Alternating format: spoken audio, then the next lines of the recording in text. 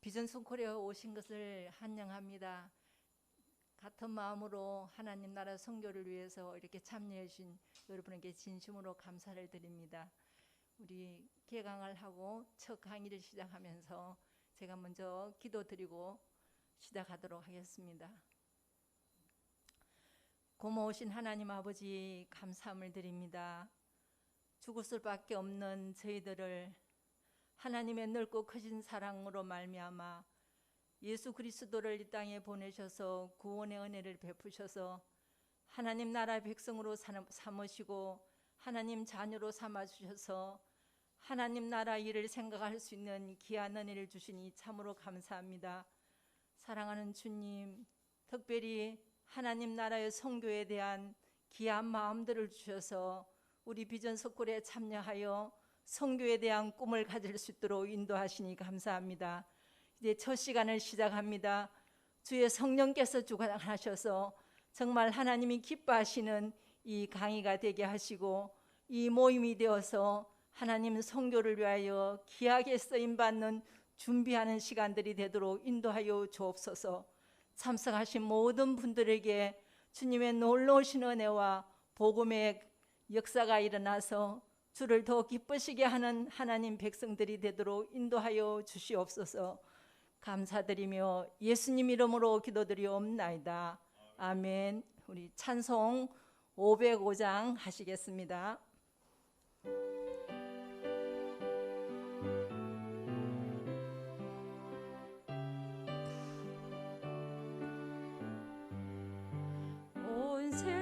사랑을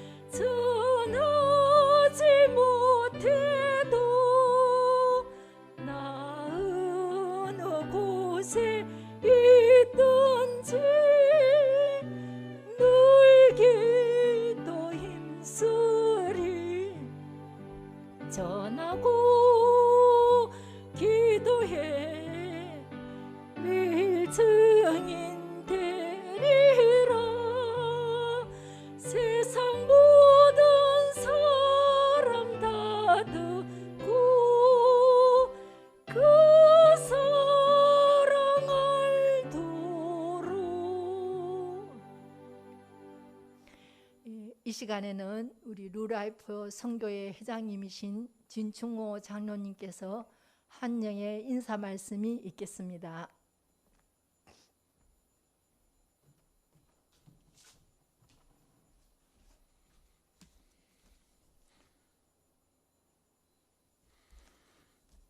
안녕하십니까.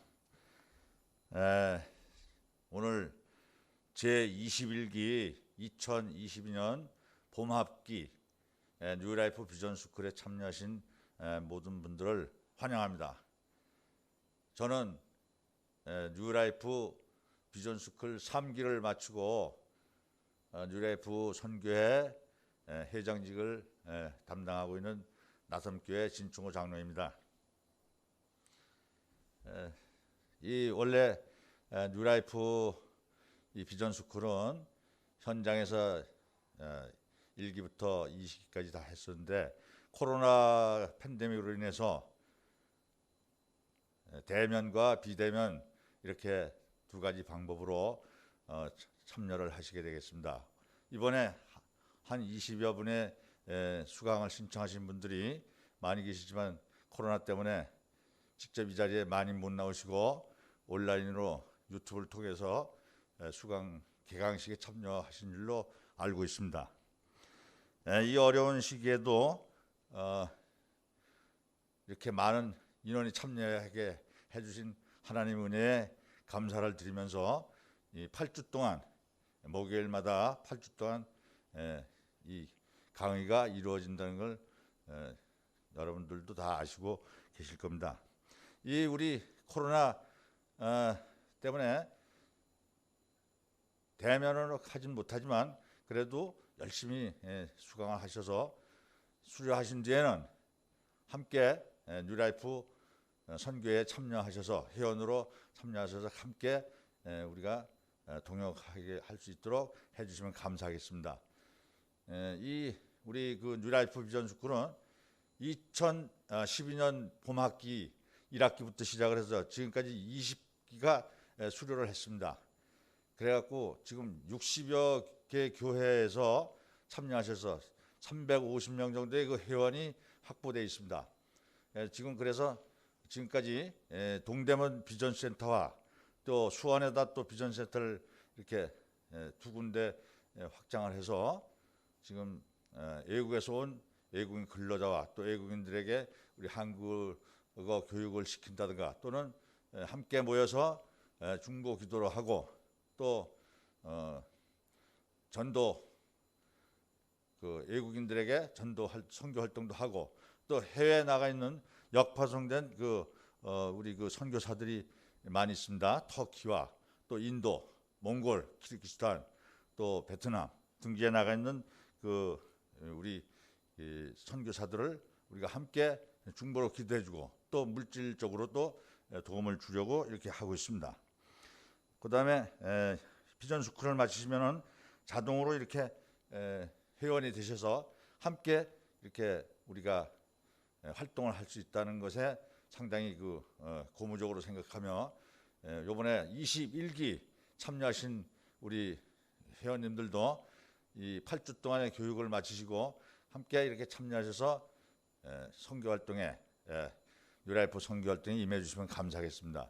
제2의 사회적으로 은퇴를 하신 분들이 많이 계신데 제2의 인생을 함께 이 뉴라이프 비전스쿨을 통해서 열어가시면 대단히 감사하겠습니다.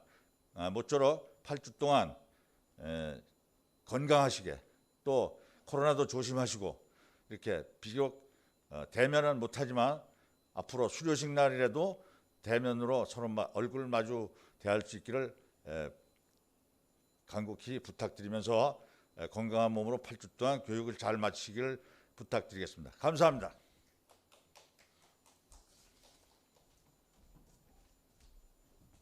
예, 감사합니다. 오늘 우리에게 주시는 말씀은 창세기 12장 1절에서 4절 말씀입니다. 제가 봉독하겠습니다. 여호와께서 아브라함에게 이르시되 너는 너희 고향과 친척과 아버지 집을 떠나 내가 네게 보여줄 땅으로 가라. 내가 너로 큰 민족을 이루고 내게 복을 주어 내 이름을 창대하게 하리니 너는 복이 될지라. 너를 축복하는 자에게는 내가 복을 내리고 너를 저주하는 자에게는 내가 저주하리니 땅의 모든 족속이 너로 말미암아 복을 얻을 것이라 하신지라. 이에 아브라함이 여호와의 말씀을 따라갔고 롯도 그와 함께 갔으며 아브라함이 하란을 떠날 때에 75세였더라. 아멘. 예, 우리 나성 공동체 대표이시고 나성교회의 담임 목사님이신 유혜금 목사님께서 설교 개만 강의를 해주시겠습니다.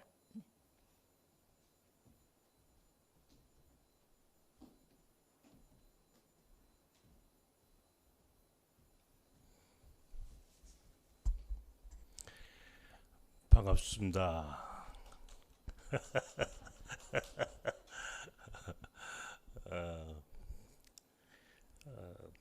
사실 뉴라이프 우리 비전 스쿨 매 첫 강의를 제가 하잖아요. 늘 가슴이 설레이는 것이 어떤 분들이 오셨을까 궁금해요. 첫째. 근데 늘 보면 참 좋은 분들만 뽑아서 하나님 보내주신다는 생각을 갖게 합니다. 늘 감사했고, 오늘도 아마 이번 기수도 지금 20명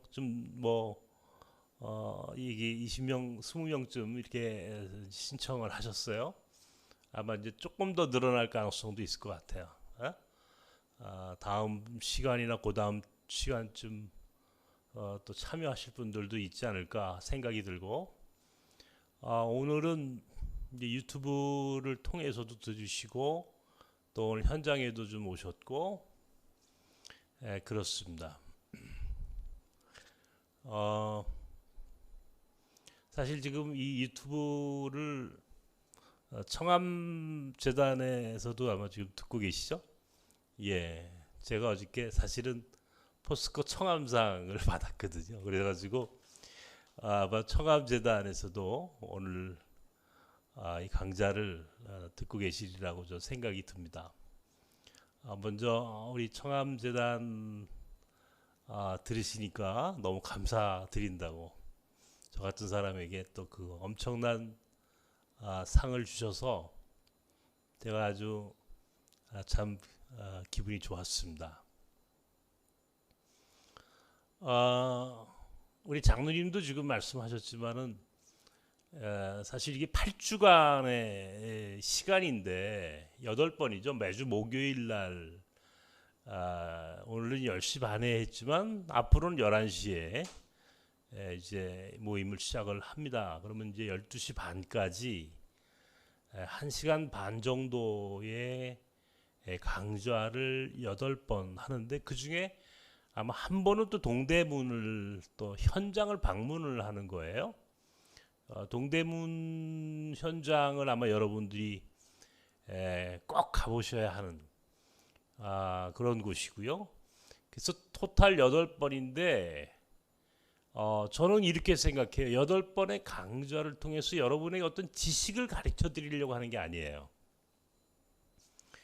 여러분들은 이미 여러분이 속한 공동체에서 혹은 교회에서 충분히 신앙생활을 열심히 하셨고 나름의 선교에 대한 교육과 훈련도 받으신 분들이고, 혹이 받지 않으셨다고 하더라도 이미 여러분들은 그런 선교적 열정만큼은 남다른 분들이 오늘 이 강좌의 이 세미나에 함께 참여하셨기 때문에 나는 여러분들에게 어떤 지식이나 전문적인 훈련의 과정이라고 생각하지 않습니다.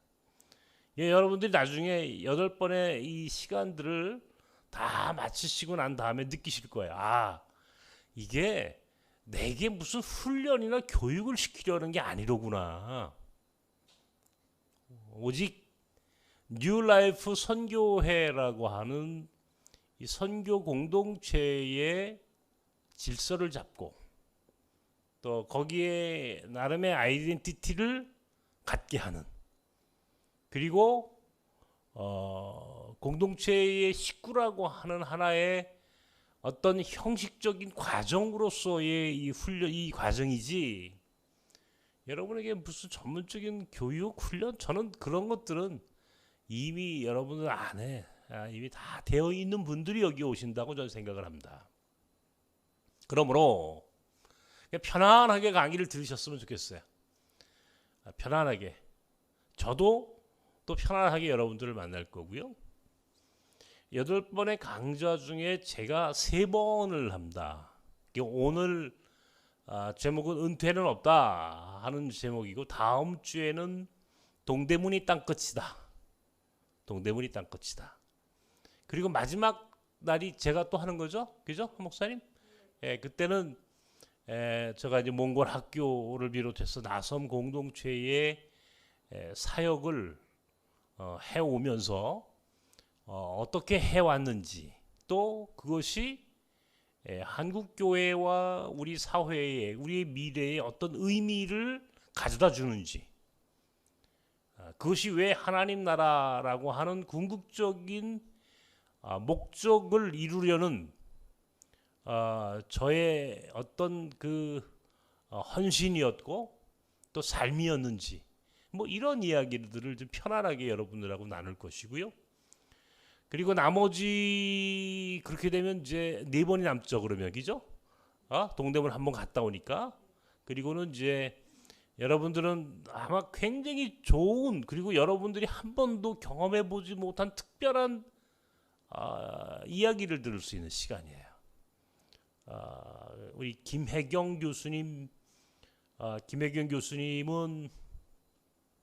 오늘 이게 청암재단 들으시니까 우리 청암재단이 또 이사님이시더라고 보니까. 네. 그리고 이대에서 지금 국제개발 가르치시는 아주 정말 제가 존경하고 사랑하는 그런 저한테 누님 같은 분이신데, 오셔서 여러분에게 국제개발 ODA에 대한 한 번도 여러분 잘 몰라요, 우리 한국계 교인들은. 그런 이야기들을 들으실 거고, 또 한 번은 강창희 장로님 그 노후 준비 아주 전문가죠. 대우증권 사장도 하셨고, 우리나라의 노후의 그 문제를 어떻게 노후 준비를 해야 되는지에 대해서 처음으로 우리나라의 노후 준비라고 그러나요, 그걸? 그죠? 예, 그런 개념을 도입해서 가르쳐 주시는 정말 훌륭한 또 강사님이 오실 거고, 아마 그분은 여러분 요새 아침마당인가 어딘가에 보면은 매번 나오시는 것 같던데, 강장로님도 오셔서 또 강의해 주실 것이고, 또 누구시죠? 신현규 목사님 오셔서 이제 평신도 사역에 대해서 또 강의해 주실 것이고, 그리고 그 다음에 이제 우리 뉴라이프 선교회에서 이미 교사로 헌신하셨던, 먼저 여러분보다 먼저 지금 이주민들에게 한글을 가르치고 또 이주민들을 섬기는 아주 굉장히 참 그 성공적으로 이 뉴라이프 사역을 잘 하고 계시는 권사님, 장로님들이 나오셔서 그런 뉴라이프 사역에 대한 간증, 경험, 뭐 이런 것들을 나누어 주실 겁니다. 그러면 8번이거든요. 그 여러분 금세 지나가요. 그리고 나면 함께 비전 트립을 합니다. 저는 이 비전 트립이 우리 뉴라이프 비전 스쿨에 있어서 마지막 아주 그 의미 있는 그런 행사라고 생각을 하는데, 저는 여러분들이 가급적 그 비전 트립에 꼭 참여하시길 원합니다. 뭐 의무까지는 아니지만 그래도 함께 가서 선교지에 선교사들을 만나고 또 그들의 사역에서 우리가 또 함께 경험하고 또 직접 할 수 있으면 헌신하고 짧은 시간이지만 동역하고, 이번에는 9월 달에 지금 코로나 상황이 낮으면 뭐 낮을 것이라고 저는 생각이 들어요. 막 줄더라고요. 그죠? 막 이제 감염 숫자가 지금 팍팍 줄으니까 아마 4월 지나고 5월, 6월쯤 되면 아마 이제 우리 그 일상 속에서 그냥 함께 더불어 가는 위드 코로나로 다 인식하고 그럼 9월쯤 되면 여행하고 우리가 함께 비전 트립을 가는데 문제는 없겠다 그런 생각이 들어서 저희가 지금 악보리 진장로님도 말씀하셨습니다만 지금 터키, 인도, 베트남 그리고 몽골과 중앙아시아의 우즈베키스탄 이 5곳에 역파송 선교사들이 나가 있습니다. 이제 제가 다음 주나 이제 오늘도 뭐 시간이 되면 또 얘기를 해드리겠습니다만은 이 역파송이라고 하는 개념은 제가 1993년도에 만든 개념이에요. 여러분 이 역파송 역자가 들어갔어요.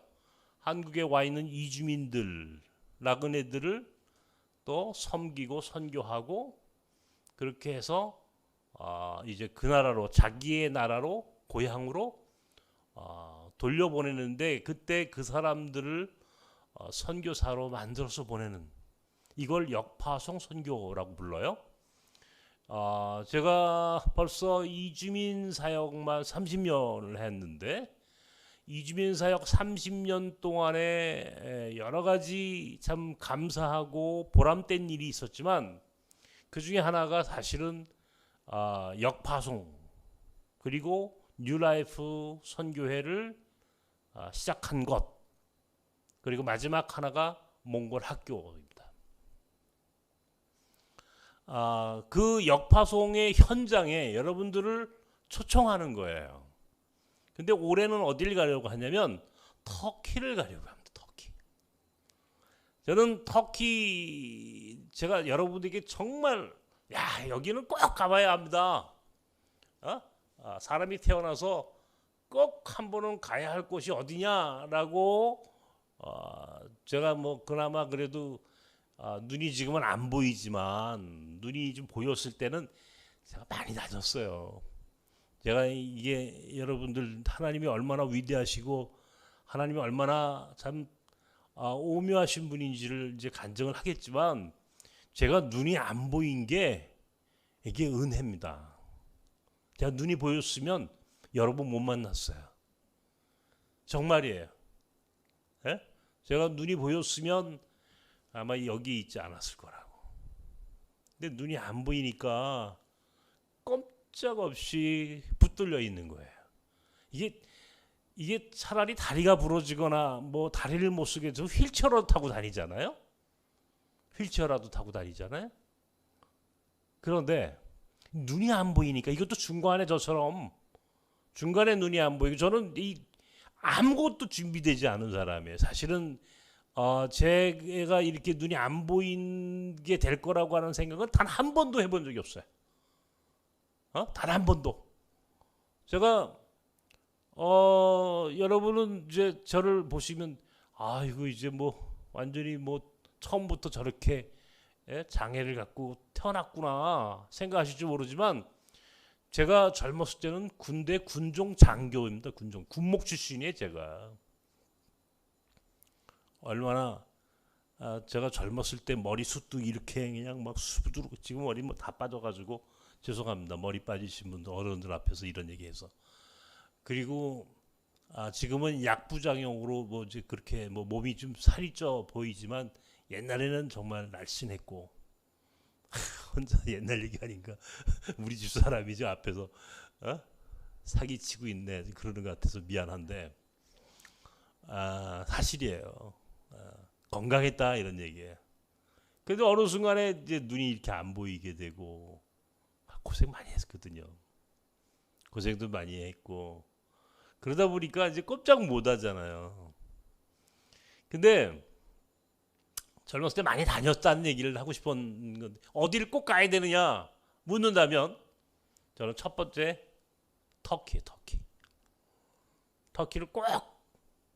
근데 사람들이 터키 갔다 왔다고 그래요. 그냥 뭐 터키가 너무 좋으니까 여행지로 그냥 터키 뭐 여행 갔다 왔다, 혹은 뭐 기독교인들은 성지순례 했다.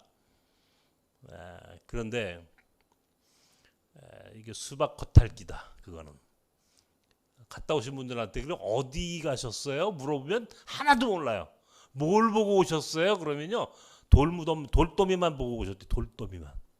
왜냐면 전부 다 그 2000년 전에 기독교 성지라고 하는 곳에 가보면 남은 게 없잖아요. 다 파괴되고 무너진 그냥 돌무덤만 있는, 돌더미만 있는 거. 그냥 그게 어디 사진을 찍고 와가지고도요, 사진을 보고도 이게 어디 사진인지를 모르는 거예요. 자기가 갔다 온 데가 어딘지 모른다고.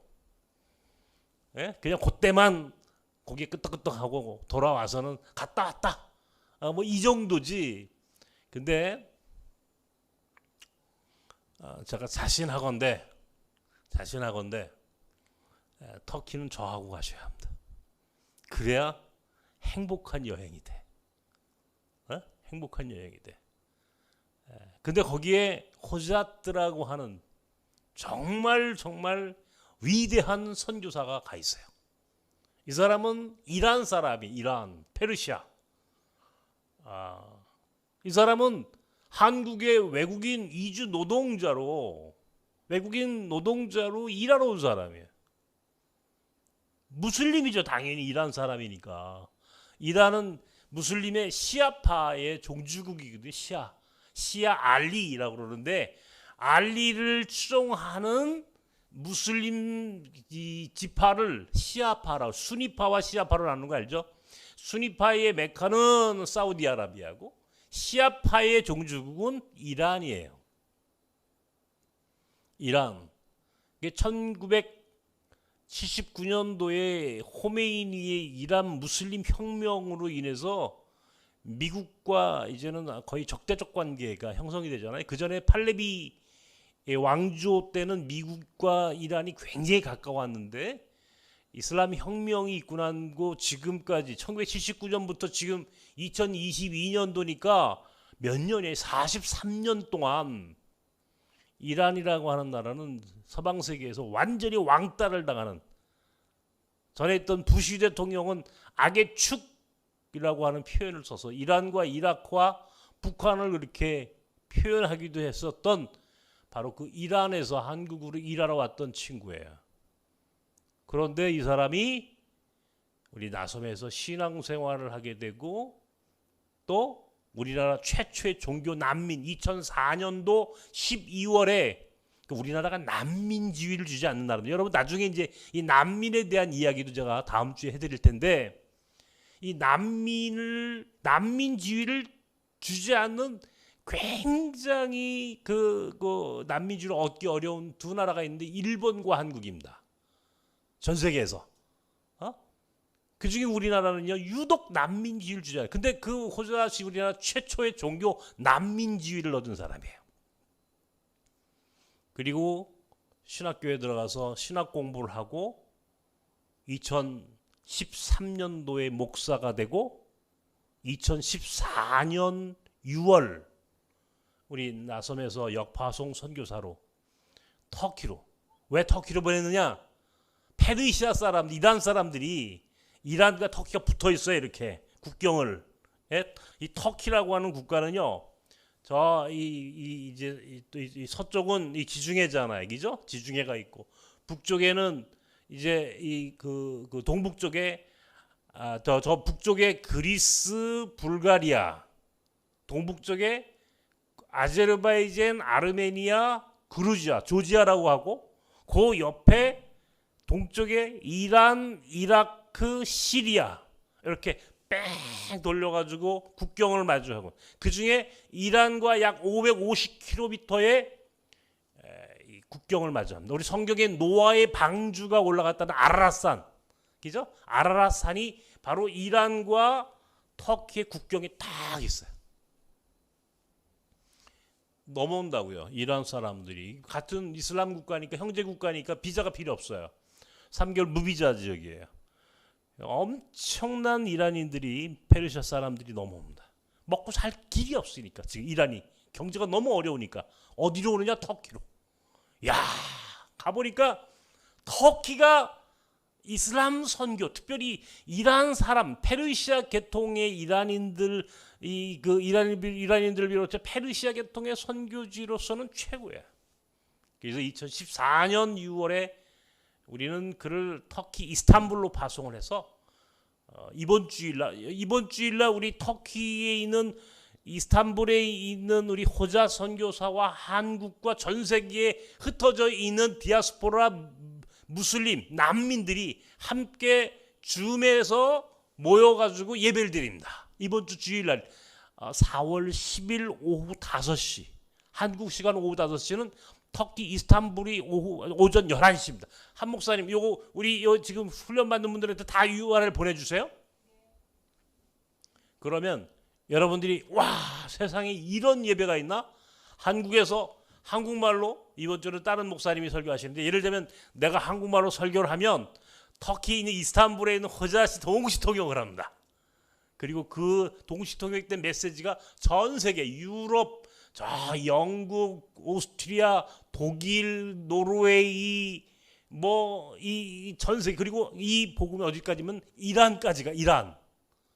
왔다 갔다 하니까 사람들이 터키 왔다가 이스탄불에 왔다가 이란으로 다시 돌아가고. 그래서 이런 이슬람 네트워크를 우리는 새로운 선교적 네트워크로 구축하고 복음을 증거하는 거예요. 그러니까 코로나가, 여러분, 세상에는요 모든 것은 위기와 기회가 동시에 있는 겁니다. 그러니까 코로나가 우리에게 어떤 그 위기, 복음을 증거하는데 위기의 어떤 그 하나의 위기를 가져다 줬다면, 또 한편에서는 코로나 때문에 우리가 유튜브를 하잖아요. 지금 코로나 때문에 여러분 줌이라고 하는 것을 생전 한 번도 해본 적이 없는 줌을 합니다. 이제는요 메타버스라고 하는 새로운 플랫폼을 이용해서 복음을 증거하는 세상으로 완전히 패러다임이 전환되는 거예요. 그러니까 세상은, 하나님은 우리에게 모든 것을, 나쁜 것을 주신다고 생각하면 안 돼. 이것이 우리에게 유익이 되도록 주신다. 문제는 우리가 이것을 창조적 상상력으로 만들어낼 수 있는가 없는가의 문제야. 창조적 상상력, 선교적 상상력으로 이 부정적이고 절망적인 상황을 뒤엎을 수 있는 그런 상상력을 하나님이 주셨는데, 이거를 잘 이용하면,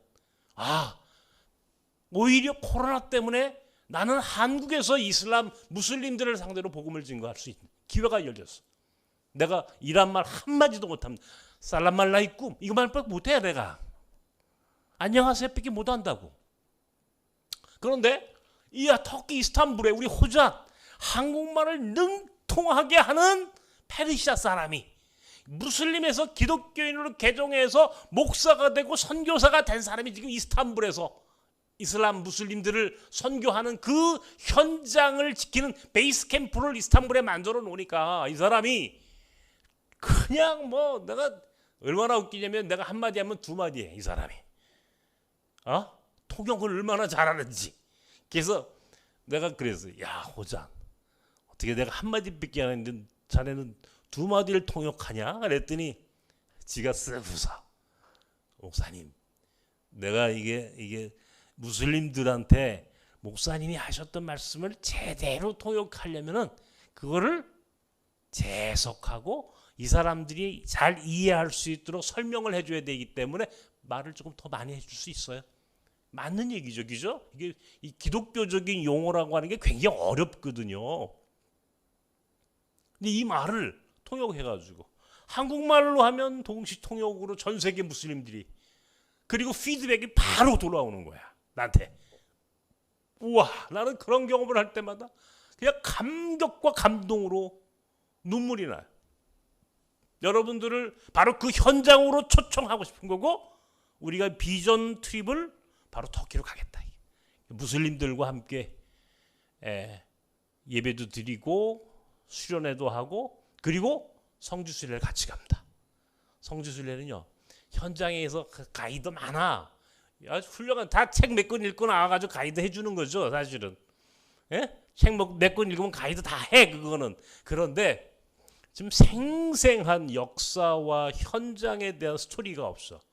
나는 좀 아쉽더라고. 그건 들을 때는 이해가 되는데 듣고 나면 다 잊어버려. 이제는 그죠? 나이 먹고 나면 듣고 나면 그때만 이해가 되고 시간 지나면요 오늘 무슨 얘기를 들었는지 어딜 갔다 왔는지 기억이 하나도 안 납니다. 깜깜해집니다. 근데 저하고 가시면 영원히 잊을 수 없는 여행을 해. 세상에서 눈이 보이지 않는 사람이 가이드 하는 걸 여러분 보셨습니까? 예? 제가 두 번째로 여러분이 꼭 추천하고 싶은 나라가 몽골이에요. 몽골도 사람들이 어디 갔다 왔냐 그러면 울란바토르만 갔다 와. 근데 몽골은 고비 사막을 가봐야 합니다. 고비 사막, 광야를 갔다 와야 되는데 저는 몽골에 가면 꼭 광야를 갑니다. 고비 사막을 갑니다.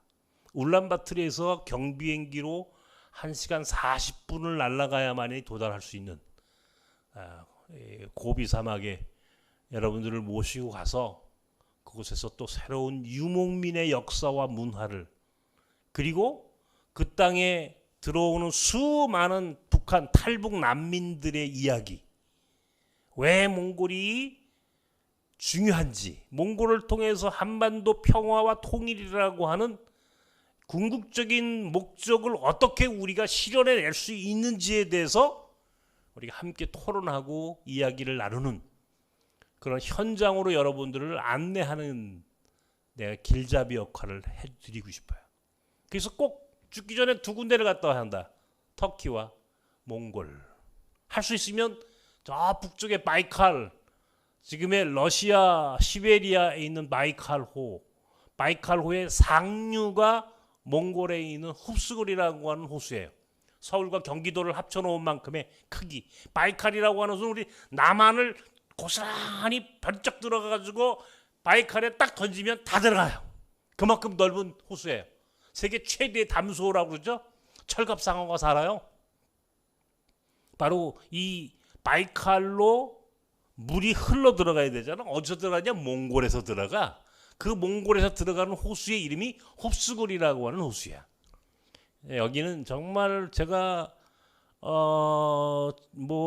아주 오래됐죠. 2000년대 초에 처음 이제 그 홉스골을 가서 느낀 것 중에 하나는 하나님의 창조가 이렇게 위대하고 아름다운가.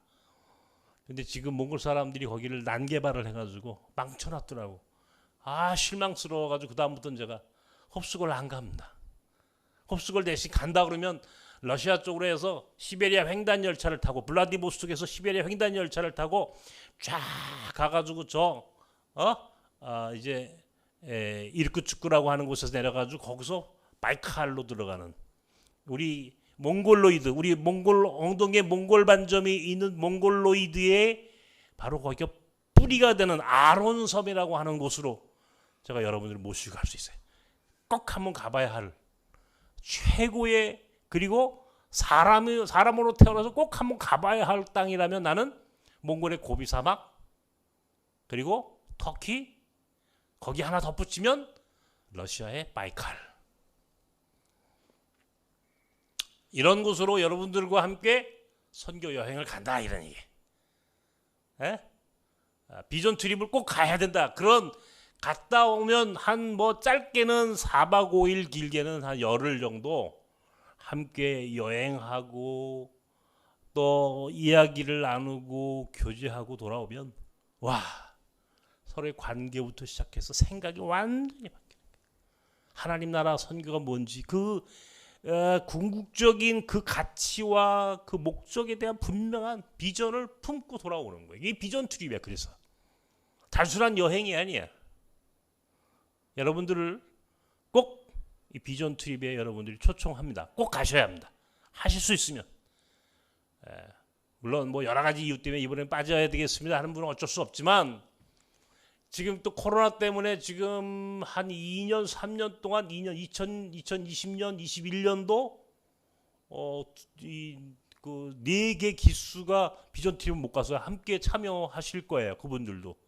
그러면 많은 교제가 있고 서로 이 좋은 관계를 맺는 아주 좋은 기회일 수도 있어요.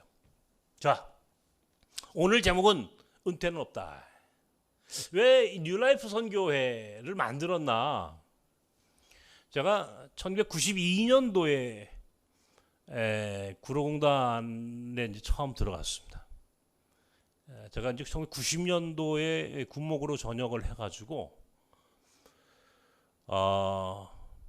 90년도 전역을 하니까 사람들이 유해근 목사는 앞으로 어떤 목회자로 살 것인가 하는 질문을 많이 하시더라고요. 그때 내가 뭐라고 대답했냐면 나는 최고가 아니라 최초가 되겠습니다. 그랬어요. 최고가 아니라 최초가 되는 목회를 하겠습니다. 두 번째는 과부와 고아와 나그네 같은 약자들을 돕는 목회자의 삶을 살고 싶습니다. 이렇게 약속을 했는데 뭐 세상에 해 아래 새 것이 어디 있습니까?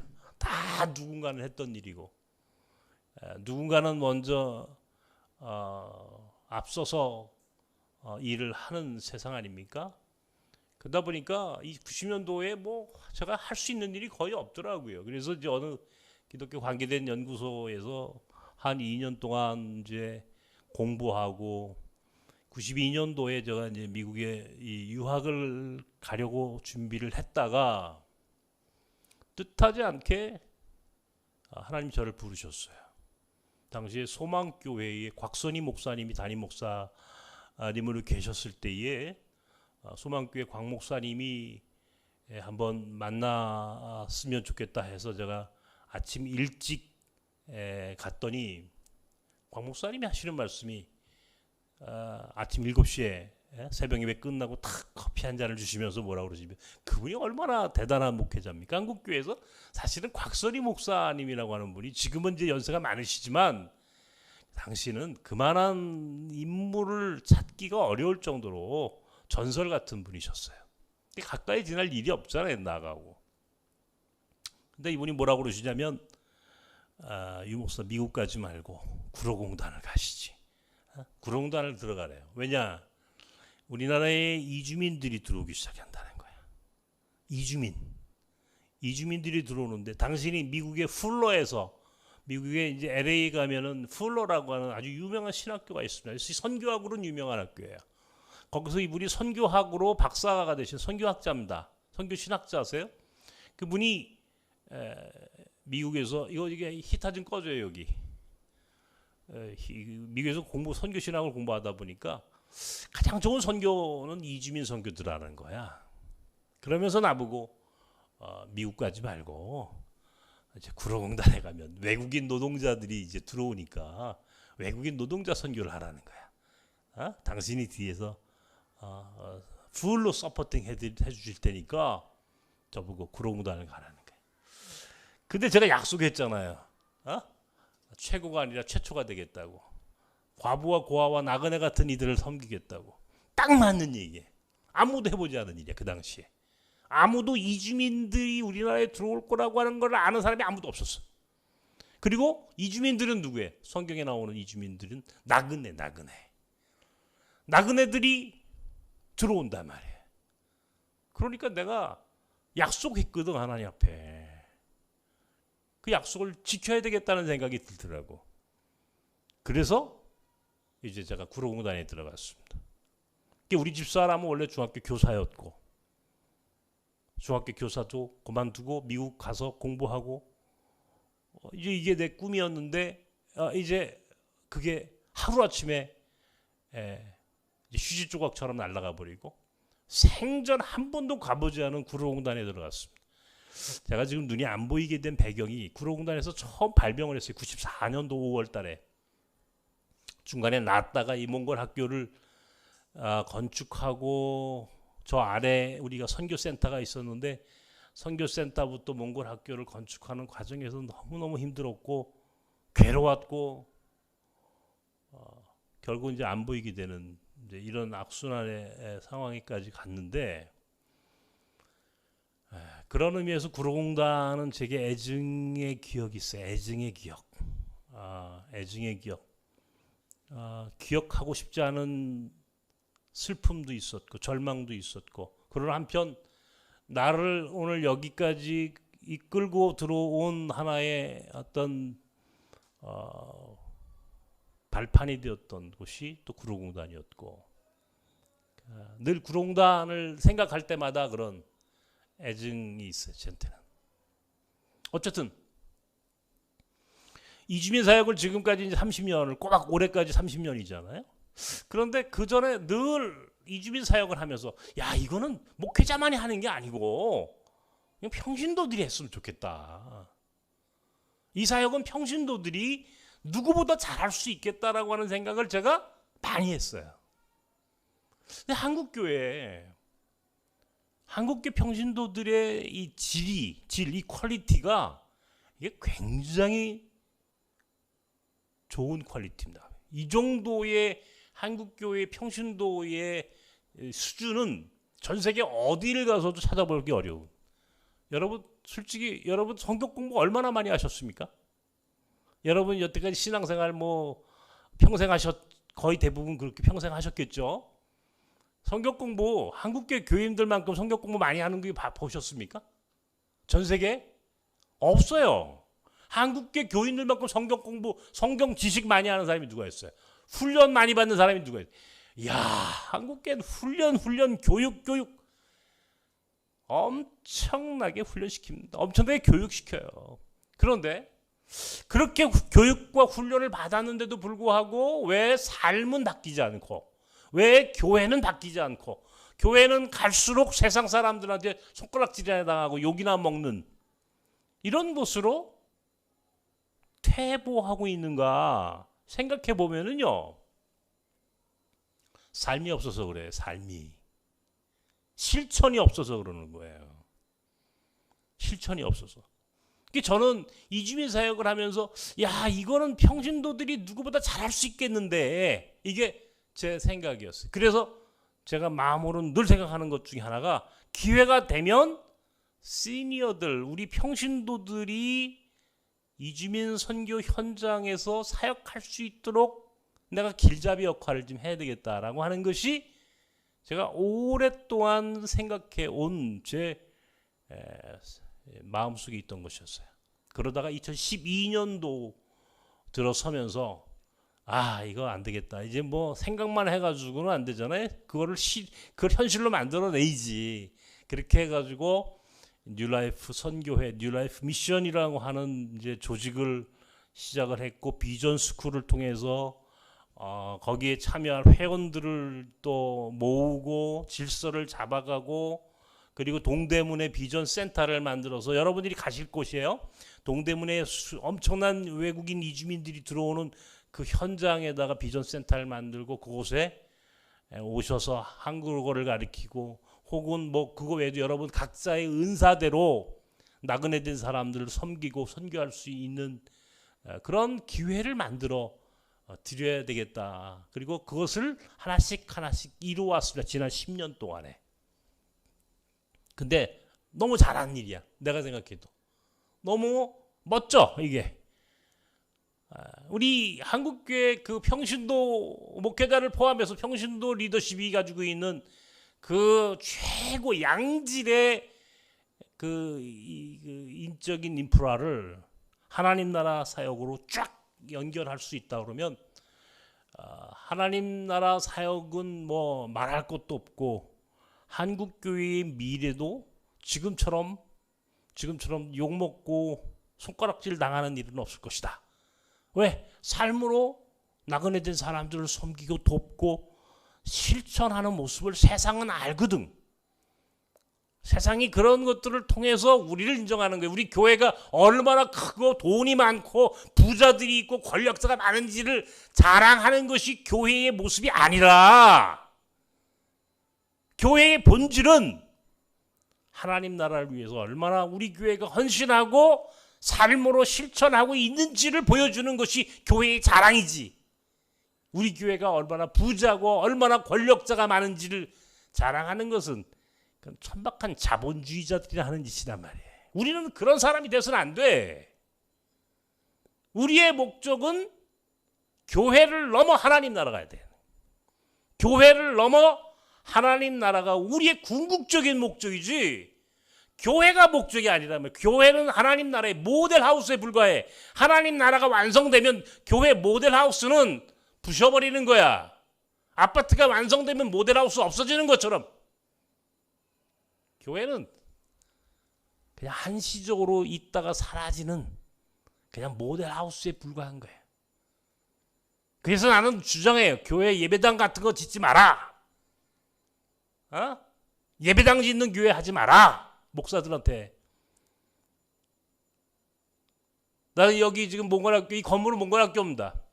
여러분이 지금 여기 보고 있는 이 장소는 몽골학교 강당이에요. 주일날 여기 예배당으로 쓰면 되는 거지.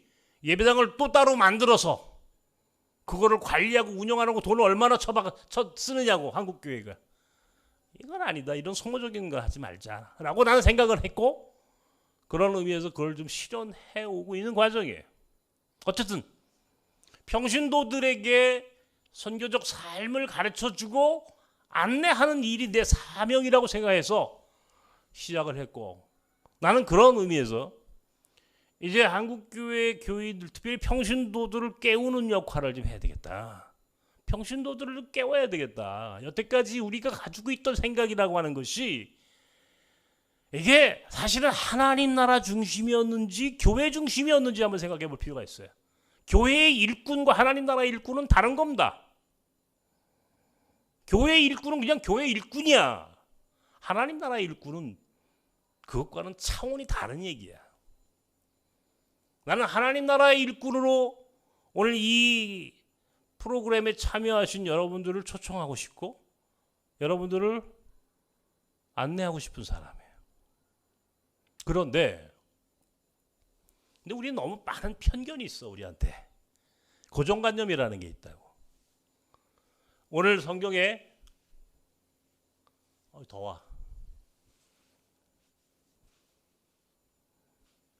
한 목사님, 나 물 좀 한 컵만 갖다 줄래? 더워. 땀이 나 막. 너무 목소리 커요? 괜찮아요? 얘기하세요. 시끄러우면 시끄럽다고. 괜찮아요? 어떤 편견, 어떤 고정관념이 있어요.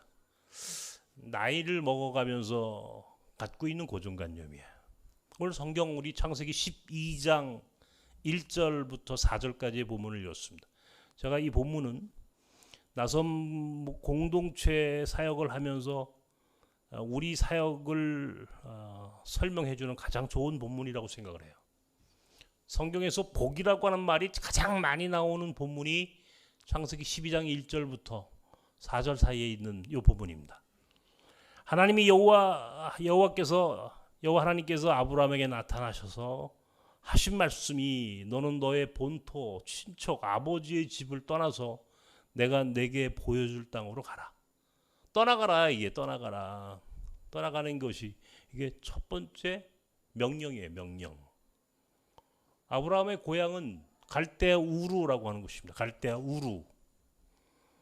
지금의 이라크 남부 바빌론. 갈대아 우루. 우루라고 하는 곳을 여러분 기억하세요. 예.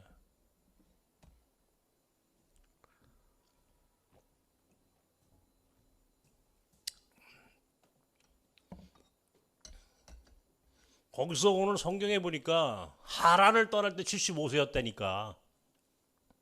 하란은 지금의 터키 지역에 있는 곳이거든요. 그러니까 하란을 떠날 때 아브라함의 나이가 75세니까 우루를 떠났을 때는 한 뭐 70세 초중반, 75세보다는 좀 젊었겠죠. 어쨌든 그때 아브라함에게 이주를 명령하셨어요. 떠나가라. 떠나가라. 이주. 새로운 땅으로 가라. 그 새로운 땅으로 가는 것이 복 있는 사람의 삶으로 살아가는 것이다. 내가 너를 창대케 하고 너를 복 있게 하실까? 너를 창대케 할 것이고 너에게 복을 줄 것이니 너는 복이라. 복의 근원이 될 것이다. 너를 축복하는 자에겐 축복하고 너를 저주하는 자에게 저주하리니 모든 민족이 너로 인하여 복을 얻을 것이다. 축복의 통로가 된다. 축복의 통로. 이런 메시지, 이런 말씀으로 아브라함을 불러내시는 거예요. 성경은요, 아브라함부터 시작해가지고 모든 성경 끝까지 전부 뭐예요? 디아스포라의 이야기입니다. 이주의 이야기, 이주의 이야기. 흩어지는 나그네들의 이야기야. 예? 여러분? 보세요. 아브라함의 며느리였던 리브가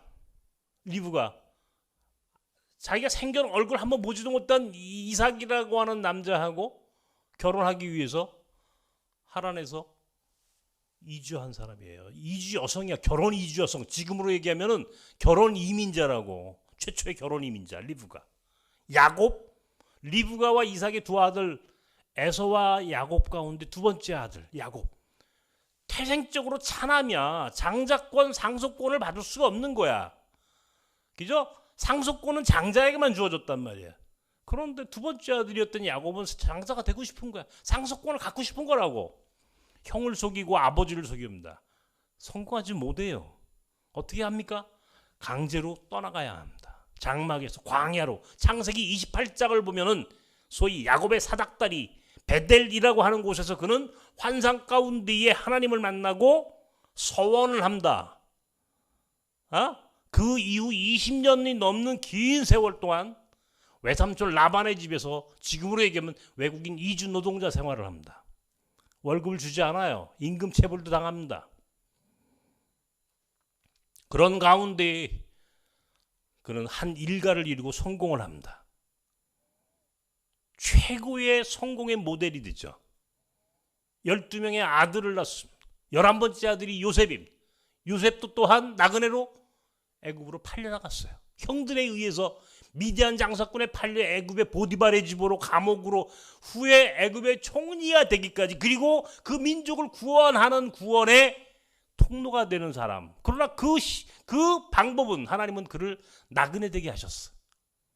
이스라엘 민족 430년 동안 애굽에서 종살이를 하게 되고 모세를 통해서 홍해를 넣은 광야 40년 동안 이스라엘 민족 어떻게 살았습니까? 나그네로 삽니다. 출애굽기 22장 21절에 뭐라고 그러냐면 너는 이방 나그네를 학대하지 마라. 너도 애굽 땅에서 나그네 되었었음이니라.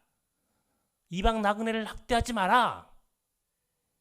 지금으로 얘기하면 우리 가운데 들어온 이방인들을 어떻게 하라는 얘기예요? 귀하게 여기라는 겁니다. 한마디로 왜? 너도 애굽에서 나그네 생활을 해보지 않았느냐? 하나님 말씀이에요. 가나안 땅에 들어와서 그 민족이 잠시 융성하는 것 같았지만 다윗과 솔로몬 시대를 지나가 르호보암, 여로보암 시대를 넘어 남북조로 나누어지게 되고 아시리아와 바벨론으로 결국 그 민족이 멸망하고 페르시아로 로마로 전 세계에 흩어지는 디아스포라의 시작이 시작됩니다. 그리고 꼬박 2000년이 지난 1948년 이삭이 깃발을 들고 지금의 이스라엘이라고 하는 나라를 세울 때까지 그리고 그 민족은 지금도 전 세계에 흩어진 디아스포라의 대명사로 그렇게 살아가는 기구한 민족의 역사를 우리는 성서 속에서 보게 되죠. 이주의 역사, 이주의 역사. 나그네 역사야, 성경은. 그 첫 번째 부르심이 아브라함이었고 그가 하란에서 가나안 땅으로 갔을 때의 75세. 여러분 성경에 나이가 굳이 기록되어야 할 이유가 왜 있는지 아십니까? 그것이 갖고 있는 상징적 의미가 있다는 거예요. 한 땅에서 당시에 지금으로부터 6,000년 전에 여러분 자기가 살고 있던 지역을 떠난다는 게 얼마나 어려운지 이해하세요? 자기가 살던 곳에서 새로운 곳으로 이사 간다는 게 간단치 않아요. 이사 자주 못 가죠. 저도 마찬가지입니다. 저도 이런 얘기하면서도 저 이사 잘 못해요. 엄두가 안 나더라고요. 그런데 아브라함이 75년 동안 살았던 땅에서 아무것도 모르는 미지의 땅으로 가는 거예요. 75세 된 노인이 떠나가라는 거예요. 떠나가라. 새로운 미지의 세계로 떠날 때에 거기서 축복이, 우리가 원하는 그 인생의 축복의 길이 열릴 뿐더러 축복의 통로로 하나님이 쓰시겠다는 이 약속을 여러분 어떻게 생각하세요? 여러분 삶 속에서 실천하고 살아가십니까? 쉽지 않단 말이에요. 그 나이쯤 되면은요, 야, 내가 무슨 힘으로, 내가 여기까지 이 정도 살았는데, 제가 옛날에 살던 아파트가 있거든요. 내가 멸동 살았는데, 멸동에 이제 현대 아파트라는 곳에 살았는데, 거기 이제 사람들이 나한테 그래. 이제 나한테 그게 아니라 거기 이제 있는 분들한테 얘기를 들었는데, 이 아파트는요, 절대로 재개발이 안 될 겁니다. 그러더라고. 재개발이 왜 안 돼요? 그랬더니, 여기 노인들만 살아가지고 노인들이 재개발을 왜 하느냐. 내가 언제 죽을지 모르는데 무슨 부귀영화를 누리겠다고 재개발을 하느냐고. 안 한다는 거예요. 그죠? 새로운 변화를 거부하잖아요. 나이 드시면. 나이 드시면 어때요? 대부분이 솔직하게 여러분 변화를 거부하고 있기 때문에 변화를 이야기하는 사람, 뭐 개혁 얘기하고 뭐 이런 얘기하는 사람 별로 좋아하지 않으세요. 그래서 스스로 보수화되어 간다고. 우리가 스스로 보수화된, 보수라는 게 뭐야? 딱 그 문을 열지 않고 폐쇄적인 이제 그런 안주하는, 현실에 안주하려고 하는 본능이 아주 강하게 작동되는 거예요. 나이를 먹으면 먹을수록. 왜?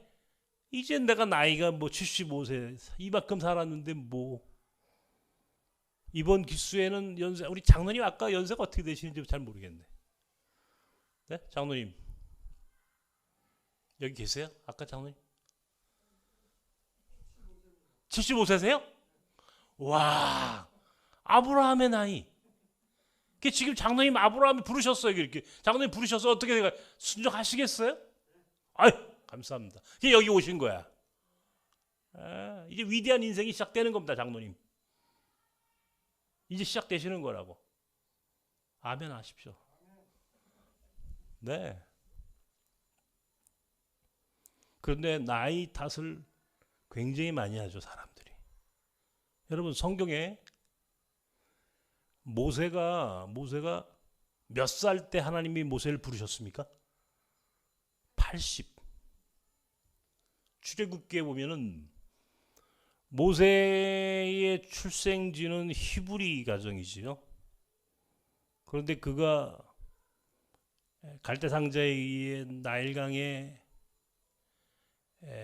던져지고 바로의 공주가 우연히 갈대 상자에 있던 어린 아이를 데려다가 키우고 바로의 궁전에서 40년 동안 최고의 교육과 최고의 삶을 살죠. 야사에 의하면 모세는 당시에 애굽에서 왕위 계승 순위 5번째 안에 들어가는 권력을 누렸다고 합니다. 그만큼 영향력 있고 힘이 막강했던 모세는 자기 민족의 문제에 개입하게 되고 뜻하지 않는 살인을 저지르면서 도망자로 미디안 광야 이드로라고 하는 광야의 이제 민족으로 이 베두인족이라고 그래요. 광야의 민족을 베두인족의 족장의 사위가 돼서 목동으로 살았습니다. 40년을 꼬박 지나고 나니까 80이 됐어요. 80세 된 어느 날 하나님이 모세에게 나타나셨어요. 모세야, 내가 이제 너를 쓸게. 너를 쓸 테니까 이제 나오너라. 모세가 뭐라고 그럽니까? 성경에 보면요, 모세가 아유 하나님, 이제 내가 이게 지금 못합니다. 핑계를 대요. 나는 할 수 없습니다. 이거야. 쉽게 얘기하면은 나는 하나님의 부르심 앞에 설 수 없습니다. 이거야. 모세가 나이 80에 하나님이 너를 쓸 테니까 그랬는데 하나님, 차라리 내가 애굽의 궁전에 아주 잘 나갈 때, 힘이 있을 때, 권력이 있을 때 나를 쓰셨으면 내가 그때 우리 민족을 구원할 수 있을지. 지금 나는 아무것도 할 수 없는 D.L. 무디가 모세의 그 인생을 40년씩 나눠요. 40년 동안에 그 40년 동안 애굽에 있을 때를 모세의 모세의 삶을 D.L. 무디는 어떻게 생각하면 그때를 somebody, 어떤 특별한 사람이었다. 40년 동안 미디안 광야의 목동으로 살았을 때 I'm nobody, 나는 아무것도 아닙니다 라고 바뀌었다는 거예요. 그리고 80세부터 그가 죽을 때까지 120살을 살았으니까 또 40년을 God's body, 하나님의 사람으로 살았다. 그런 말로 모세의 생애를 나눈다. Somebody, nobody, God's body. 나는 아무것도 아닙니다. 이게 하나님 앞에. 나는 아무것도, I'm nobody, I'm nothing. 나는 아무것도 할 수 없습니다. 아무것도 아닙니다. 내가 뭐 해요? 이제 이 나이에, 나이 80에 내가 지금 권력이 있습니까? 힘이 있습니까? 내가 사람들에 대한 신뢰를 다 잃어버려서 지금 도망자로 우리 민족으로부터도 난 버림받은 사람인데 내가 무슨 수로 내가 하나님이 부르심이 이게 내가 우리 민족을 어떻게 구원할 수 있습니까? 안 됩니다. 하나님이 계속 콜을 하잖아요. 그러니까 그때 변명할 게 없으니까 나중에 뭐라 그래? 나는 입이 뻣뻣해서 말을 못합니다 그랬어요. 말을 못합니다. 요즘 말로 얘기하면 내가 무릎도 아프고 눈도 안 보이고 허리도 아프고 아유 이제는 나는 못합니다. 나 옛날에 잘 나갈 때 돈 좀 있을 때 하나님 나를 부르시지. 옛날에 잘 나갔거든요. 내가 어느 회사의 사장이었고 어떤 조직의 내가 리더였는데 그때 좀 쓰시지. 내가 나이 80에 하나님 나는 못합니다. 이 이야기를 계속 하고 싶었던 거죠. 한마디로 얘기해서 핑계를 대고 싶었던 겁니다. 부르심 앞에 핑계대는 경우가 많아요. 교인들한테 이번에 좀 교회에서 이런 역할을 좀 하십시오. 그러면 딱 들어오는 첫 마디가 뭐예요? 못합니다. 이 이야기를 해요. 그러면 저는요, 나는 못한다는 사람 안 시켜요. 첫 마디가 난 못합니다. 그러면 그래요? 알겠습니다. 다른 사람 시키면 되는 거지. 왜 그 사람 시켜야 하느냐고. 굳이 못한다는 사람 안 시킵니다. 목사님 순종하겠습니다. 내가 하겠습니다 라고 본인이 순종하겠다고 하는 사람도 시킬까 말까 하는데 처음부터 못한다. 못하는 사람을 왜 시킵니까? 하나님은 정말 모세가 못한다 하니까 하나님 앞에 모세는 계속 그렇게 입이 뻣뻣해서 못합니다 그러니까 뭐라 그래요? 내 형 아론을 대변인으로 붙여줄게. 형을, 말 잘하는 형이 있잖니. 그러니까 말 잘하는 형이라도 붙여서 내가 너를 쓸 테니까 나와.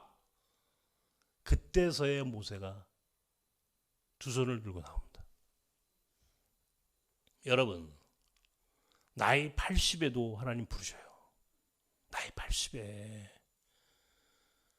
근데 우리 장로님 75세시다 그러니까 모세보다는 훨씬 더 지금, 그죠? 모세보다 5살 더 많은 사람이 있습니다. 여호수아에서 보면은 갈렙이라는 사람입니다. 갈렙이 어느 날 여호수아 장군에게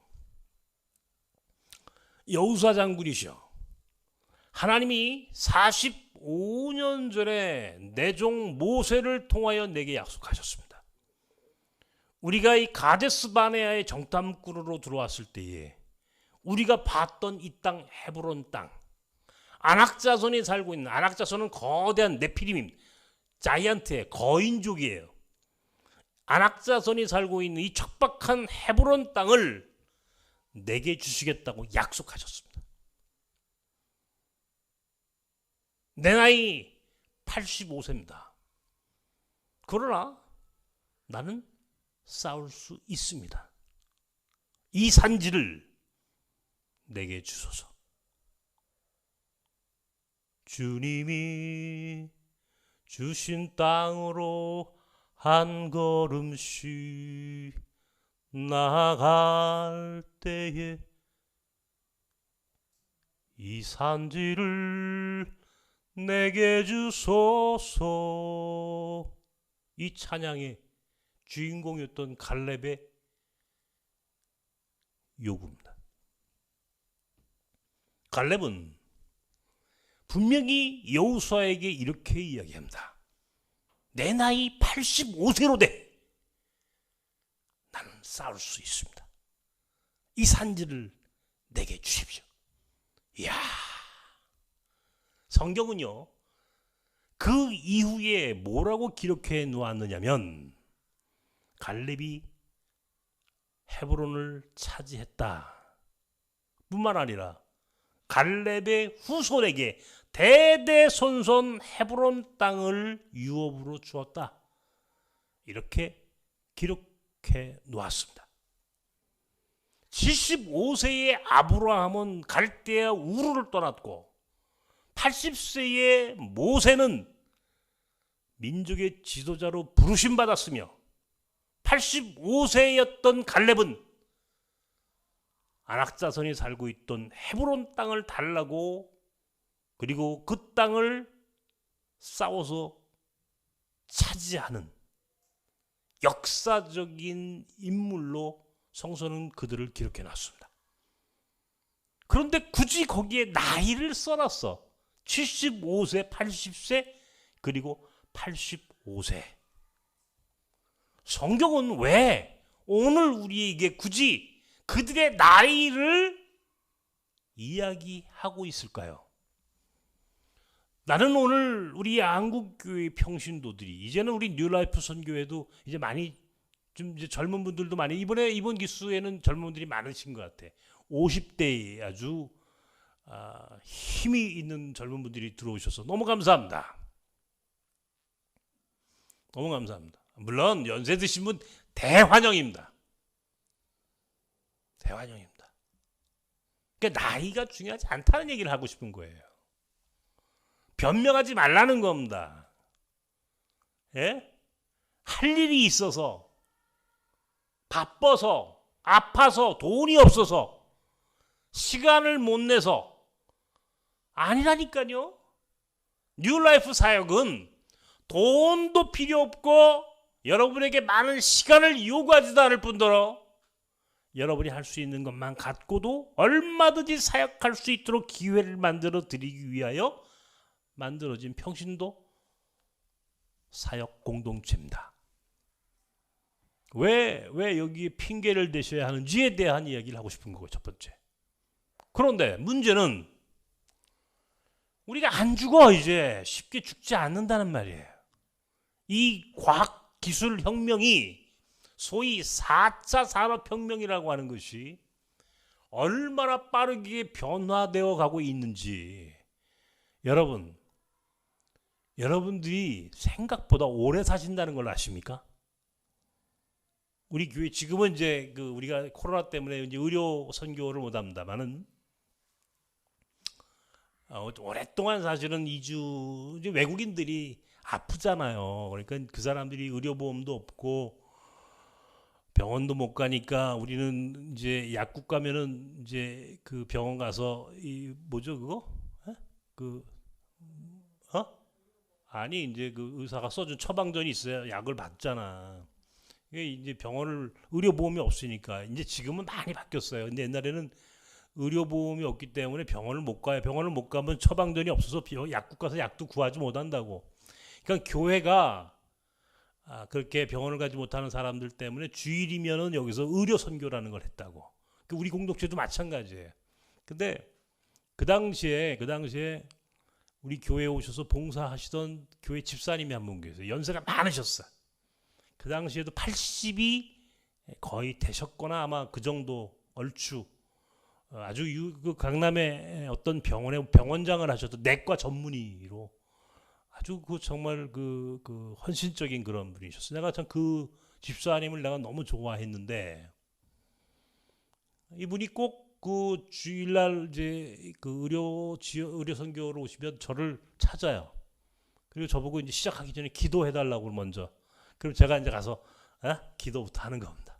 집사님 감사합니다. 오늘도 오셔서 외국인들에게 처방 진료해 주실 때 하여튼 이렇게 이제 간절하게 하나님께 기도하고 이제 그렇게 이제 하루에 또 주일날 의료 선교 사역을 시작하시는 그런 좋으신 집사님이시죠. 한 번은 저보고 뭐라 그러냐면 목사님, 내가 목사님 때문에 의학 잡지를 열심히 좀 보고 있어요. 그 집사님이 나한테 하는 얘기야. 뭐라고 그러냐면 의학 잡지를 열심히 내가 보고 있어요. 근데 목사님 눈 안 보이는 거 걱정하지 마세요. 조금만 지나면 목사님 눈 보일 수 있어요. 이 4차 산업 과학기술, 의학기술이라는 게 얼마나 혁명적으로 혁신되어 가고 발전하고 있는지 상상할 수 없게 발전한다는 거야. 그러면서 뭐 그 집사람이 뭐 나보고 뭐 줄기세포가 어떻고 나노기술이 어떻고 앞으로 눈에다 로봇 눈이 만들어지고 그죠? 600만 불의 사나이 여러분 기억나시잖아요. 600만 불의 사나이 현실이 되잖아요. 실제로 600만 불의 사나이가 눈에 딱 로봇 눈이 들어가는 거 아니에요? 로봇 눈. 사람이 로봇화되는 거예요. 사람이 로봇화되는 거예요.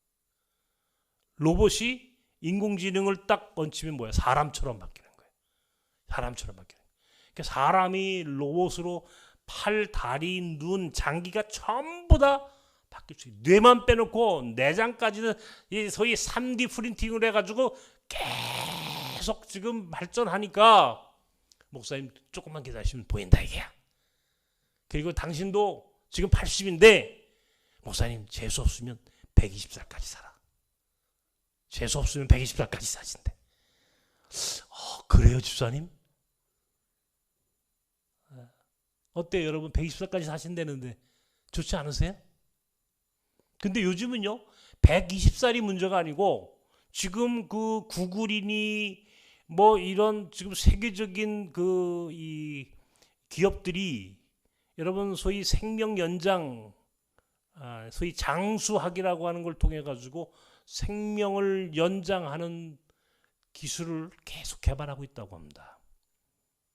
우리 손자 아이들은 뭐 138세까지 산다든가요. 앞으로는 150세, 어떤 경우에는 영구 불변, 우리가 죽지 않을 수도 있다 이게 영원히 살 수 있다는 뭐 그런 이야기까지 나오는 세상으로 변화되고 있어요. 한마디로 얘기해 가지고 쉽게 죽지 않아요. 쉽게 죽지 않는다고. 지금 몇 시입니까 목사님? 몇 분 더 할 수 있어요? 예, 좀 더 해도 되죠? 예. 자 보세요. 쉽게 안 죽는다는 거. 여러분 이게 오래 산다는 게 축복입니까? 축복입니까? 어떤 경우에는요 오래 산다는 게 저주가 되기도 해요. 문제는 오래 사는 것 자체가 중요한 게 아니야. 어떻게 오래 살 것인가? 어떻게 오래 살 것인가? 생각해 보시라고요. 생각해 보셨습니까? 어떻게 오래 살 것인가? 어떻게 오래 살아야 되는가? 세상 사람들은 요새 이제 공무원들은 이제 한국 나이로 61세 은퇴. 대학교 교수들은 65세 은퇴. 뭐 대부분들이 그렇게 은퇴하시죠. 보면 제일 그 팔자 좋으신 분들이 연금 받는 분들이더라고. 공무원 연금, 교사 연금, 군인 연금, 경찰 연금. 우리 장로님, 최 장로님 왜 계셔? 우리 최 장로님 저 경찰 연금. 우리 아까 그 축사하셨던 우리 진중호 장로님은 교장 선생님 출신이세요. 교장 연금, 교사 연금이겠죠. 거기다 우리 장로님은 부부가 교사였었어. 와, 대단한 분들이. 근데 사람들이요 60세 은퇴하고 65세 은퇴하고 로망이 뭐냐고 물으면요, 이제 저 일했으니까 쉬겠대. 얼마 전에도 내 후배 하나를 만났는데 이제 서울시 관계된 그 기관의 장이에요. 앞으로 한 몇 년 후에 이제 은퇴라고 그러면서 뭐라고 그러냐면, 아유, 열심히 예수께 쉬어야죠. 뭐 하고 쉴 건데? 뭐 여행 가고, 어? 여행? 무슨 여행? 얼마나? 여러분, 사람들이 대부분이 이구동성으로 하는 이야기 중에 하나가 뭐냐면 은퇴하고 쉰다는 얘기래요. 은퇴하고 쉰다. 잘못하면요 영원히 쉽니다. 아차 싶게 우리가 인생 이게 별거 아니라는 걸 아셔야 돼. 잘못하면 영원히 쉬어. 언제 죽을지 모르고 그렇게 쉬어봐야 몇 개월 혹은 몇 년만 쉬고 나면 좀이 쑤셔가지고 못 살아. 못 견딘다고. 응? 못 견뎌요.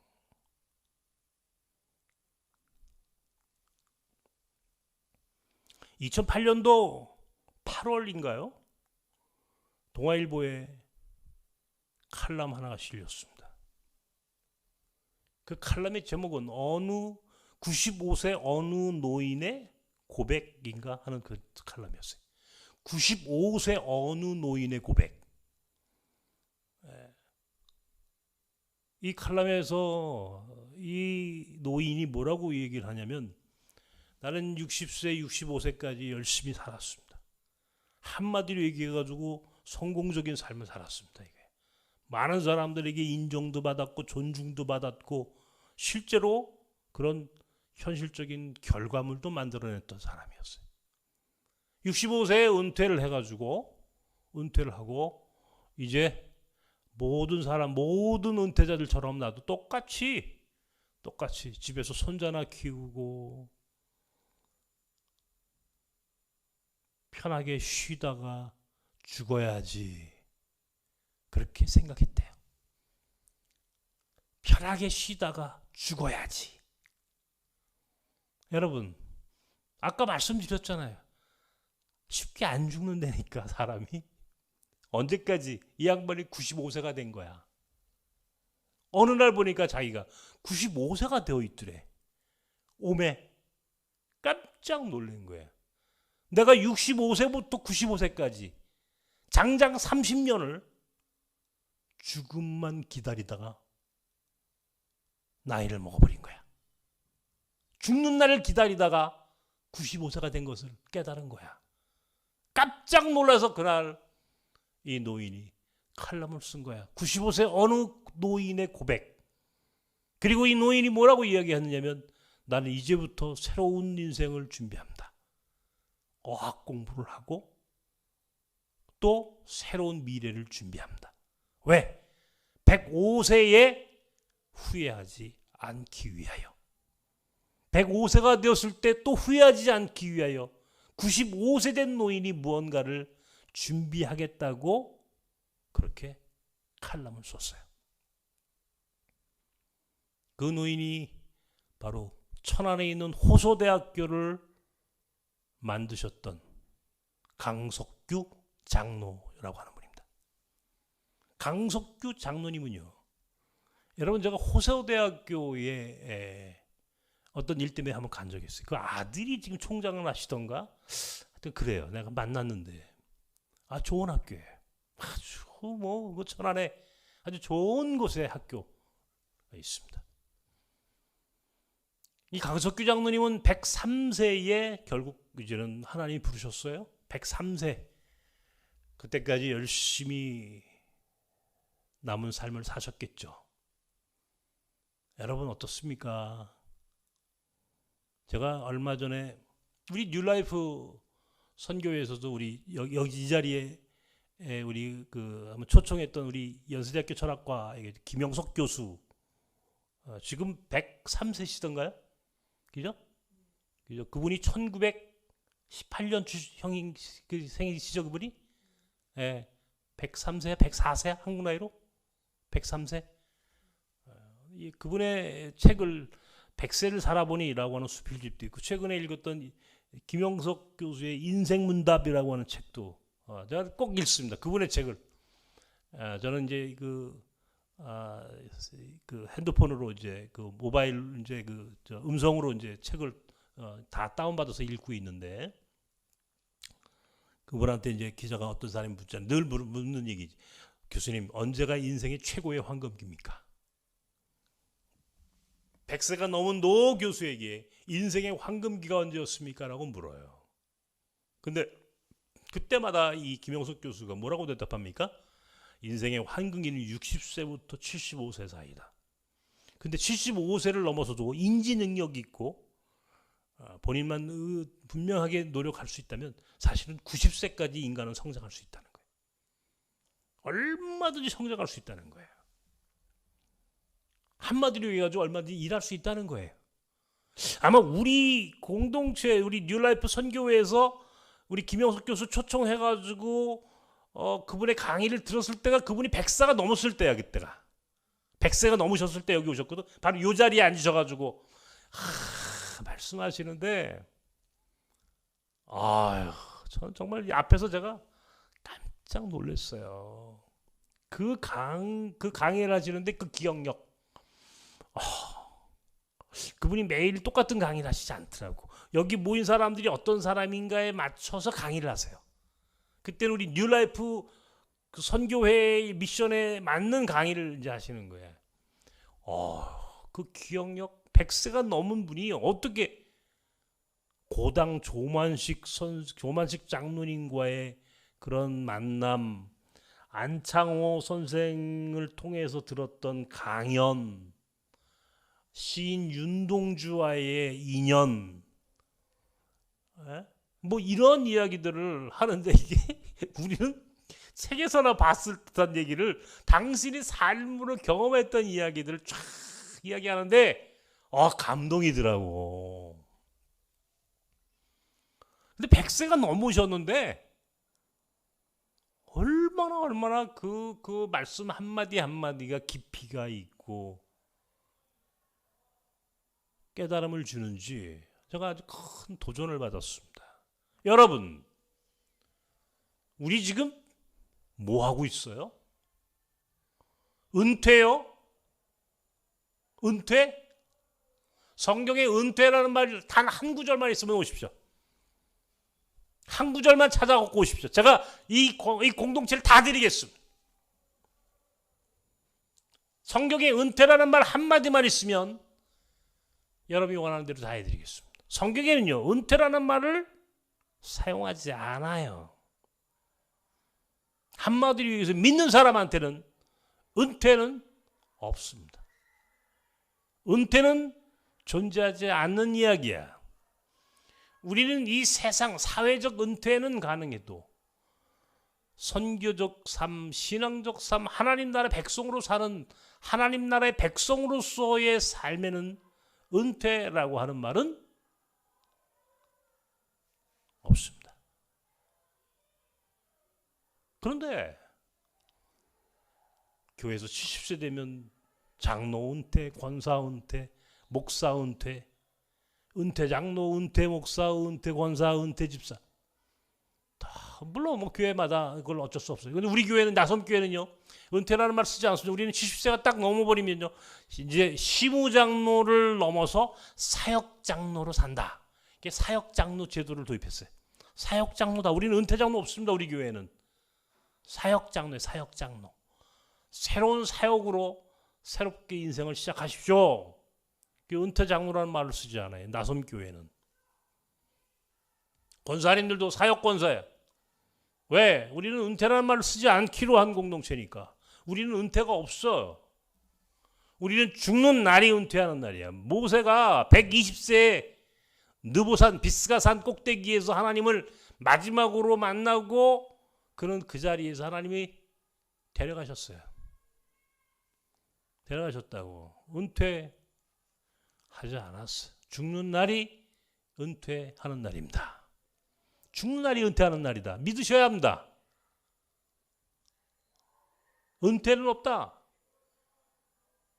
옛날에는 우리 현장에서 막 할 때 제가 은퇴는 없다 그러면 은퇴 없다고 막 소리 지르고 했는데, 그죠? 이제 너무 사람이 없으니까 은퇴는 없다. 한번 여기 그래도 몇 분 계시니까 따라하십시오. 은퇴는 없다. 아주 크게 좀 해봐요. 지금 몇 사람 없어도. 다시 한번 은퇴는 없다.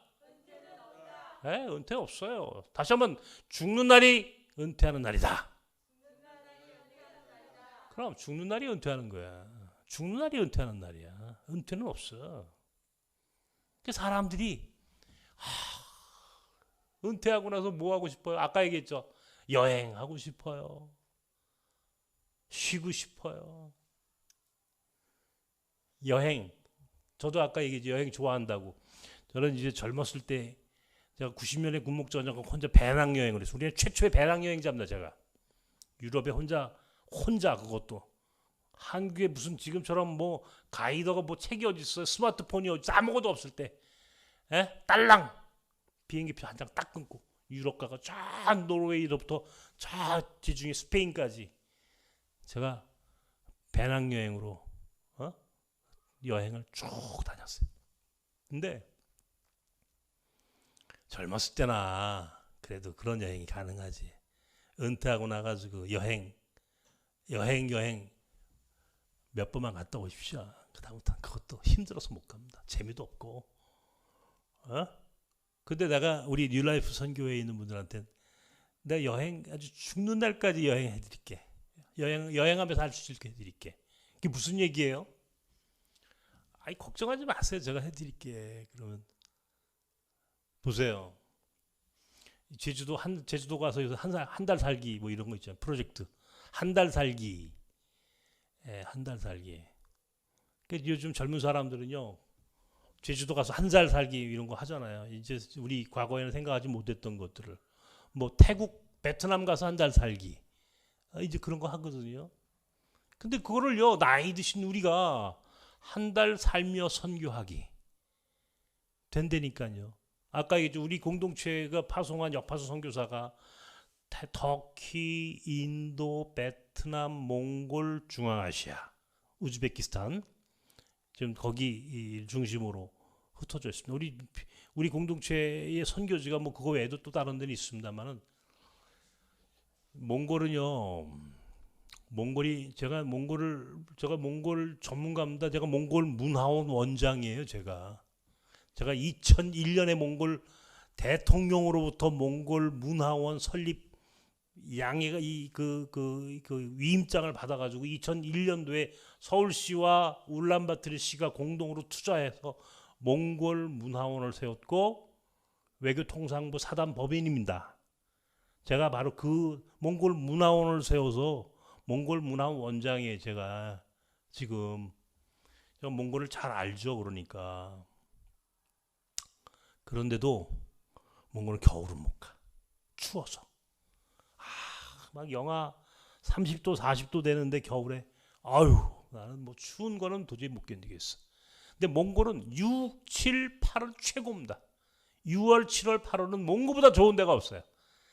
한국은 영상 30도 35도 막 올라가잖아요. 근데 몽골은요 시원하다 못해 밤중에는요 파카 입고 있어야 됩니다.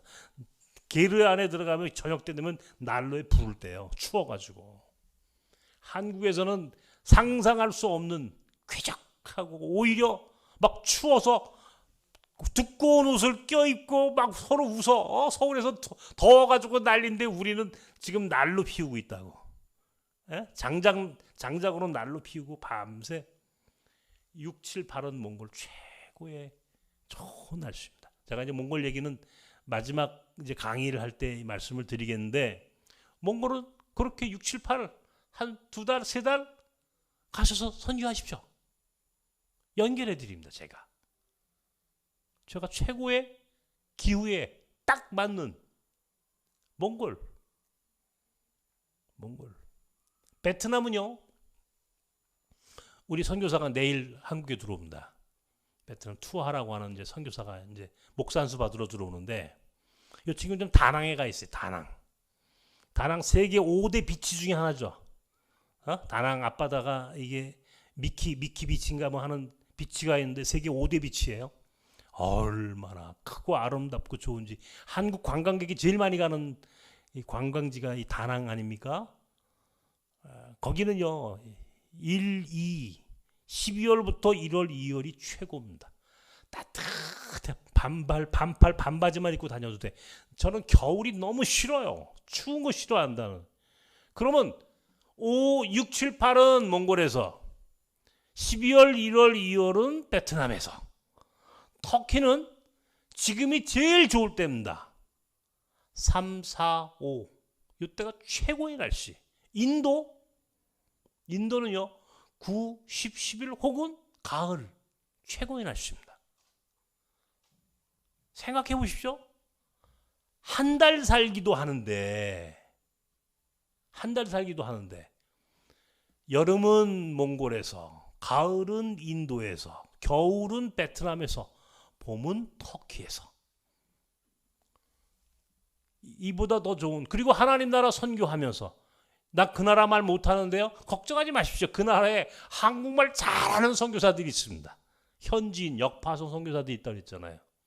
역파송 선교사들이, 걱정하지 마십시오. 여러분 얼마든지 여러분 가서 하실 수 있도록 안내해 드립니다. 지금 우리 터키에 우리 뉴라이프 비전 스쿨을 마친 우리 문영일 선교사 부부가 아직 가 있는데, 이분들은 호주 시드니에서 살다가 오신 분들이에요. 호주 시드니에서 나를 만나서 뉴라이프 한국에 오셔서 비전 스쿨 하시고, 베트남에 들어가서 축구성, 이분은 이 축구 국가대표, 청소년 국가대표 선수 출신이세요. 축구 선수. 그러니까 베트남에 들어가, 베트남 지금 박항서 감독 때문에 축구가 난리가 났잖아요. 한국 축구. 가가지고 축구팀 만들어가지고 열심히 사역하다 코로나 때문에 잠시 나왔다가 지금 베트남이 한국 사람 비자 안 주니까 어디로 갔냐면 터키로 왔어요. 터키에 가가지고 지금 혼자 선교사하고 사역하는데, 와, 근데 우리 매주 화요일마다 우리 줌으로 성경 공부하는데 꼭 들어오시거든요. 지난주 그저께인가요? 들어와가지고 지금 어떤 계획 있어요? 그랬더니 호자따고 뭐 다음 주쯤에 이제 또 이스탄불 외곽 에시키셰이르라고 하는 곳으로 이제 선교 여행 떠난다 이게. 애들 태우고 그 집 식구 이 집 식구 다 해가지고 본거차 하나 딱 해가지고, 야, 얼마나 행복하세요. 상상할 수 없는 행복을 누리고 있어요. 목사님, 나 우리 이렇게 너무너무 좋은데 이렇게 살아도 되는지 모르겠어요. 너무너무 행복해요. 이분들은 지금 6개월 코스로 지금 터키에 가 계세요. 6개월짜리 비자 갖고 6개월. 가서 6개월 있다가 오면은 아마 베트남 문 열릴 것 같아요. 그럼 베트남 가죠? 네. 이렇게 지금 자기의 삶을 하나님이 기뻐하시는 하나님 나라 사역을 위해서 온전히 헌신하면서 행복하게 마지막 남은 삶을 살 때, 우리가 100살을 넘어 120살을 산다고 해도 그것이 우리에게 축복이 되는 거야. 아무것도 하지 않고 그냥 원망하고 불평하고 그냥 하루하루 죽지 못해 사는 거죠. 이렇게 살 바에 오래 산다는 것은 저주야. 근데 난 할 일이 많아. 갈 곳도 많아. 부르심이 있어. 내 나이가 어때서? 돈도 필요 없다니까요.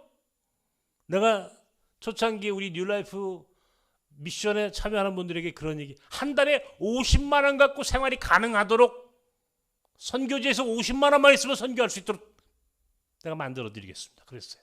50만 원 갖고 어떻게 살아요, 여러분? 한국에서는 절대 못 삽니다. 한국에서는 50만 원 갖고 못 살죠. 근데요, 선교지에서는 살 수 있다니까요. 마음만 먹으면. 왜? 우리보다 물가가 싸니까.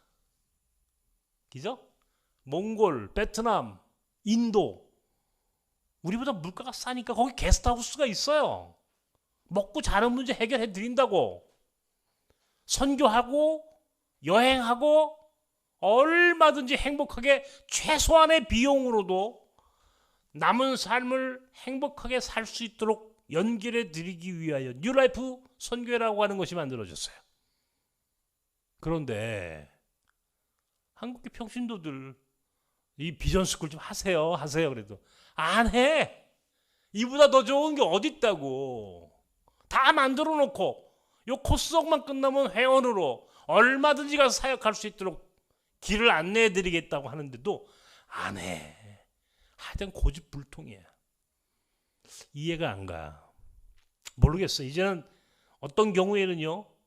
이제는 뭐 이제 훈련 받고 여기 들어와서 하겠습니다. 내가 그것도 줄 세워놓고 하려고 그래. 그럴 날이 올 거라고 믿어. 아멘 하셨어요? 그날이 옵니다. 두고 보십시오. 제가 10년 만에 우리 뉴라이프 선교회가 얼마나 하나님이 귀하게 쓰시는지 전 제가 감동. 얼마 전에 우리가 수원에다가 이 수원역 앞에 수원 비전센터를 다시 이제 시작을 했거든요. 올해 2월 달에. 거기 이제 수원 지역에 있는 교인들이 훈련받고 지금도 오늘도 이 훈련받고 계시죠. 그 훈련 거기서 사역하는 분들 들어오셨죠. 그죠? 이번 기수에 여기 들어오신 분들 여러분 복이 있는 분들이에요. 지금 시작한 지 한 2월, 3월 그러니까 지금 4월이니까 2달 조금 지났죠? 2달밖에 안 됐어요. 그런데요. 그냥 막 우리 단체 카톡에 올라오는 거 제가 이제 우리 집사람 통해서 보는데 막 뭐 캄보디아 사람 뭐 어디 사람 해가지고 막 그냥 학생들이 늘어나는 거야. 학생들이 늘어나니까 교사가 없어. 교사가 없다고. 이게 교사가 있어서 학생들한테 한글도 가르쳐주고 이거 해야 되는데 교사가 없으니까 어떻게? 목사님 선교사 후 비전 스쿨 하면 안 돼요? 그래서 이번에 지금 그렇게 하고 있죠. 지금 거의. 예? 그분들은 지금 거기서 사역을 하시면서 이 비전 스쿨을 들으라고 하니까 지금 온라인으로 들어와서 지금 듣고 계시거든. 오늘 여기는 안 들어오셨지 오늘.